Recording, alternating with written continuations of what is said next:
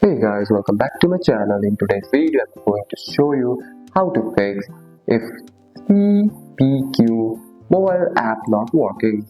If CBQ mobile app is not working, not opening or not letting you log in, don't worry. In this video, I will show you the simple and quick way to fix the CBQ app. First, the Commercial Bank of Qatar mobile app may be stop working for the common reason like internet issue, outdated app version or temporary system problem. First, make sure your phone is connected to good internet or Wi-Fi. For that, swipe right down from the top right corner of your phone.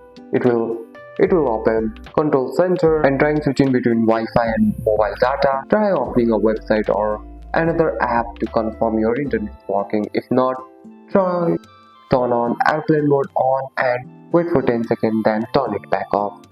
You can also fully close the CBQ app, completely remove it from the recent app, then open it again. Many times this simple fix the problem. You can also go to the App Store. In the search bar, type CBQ mobile app and make sure your app is updated. If you see update, tap it.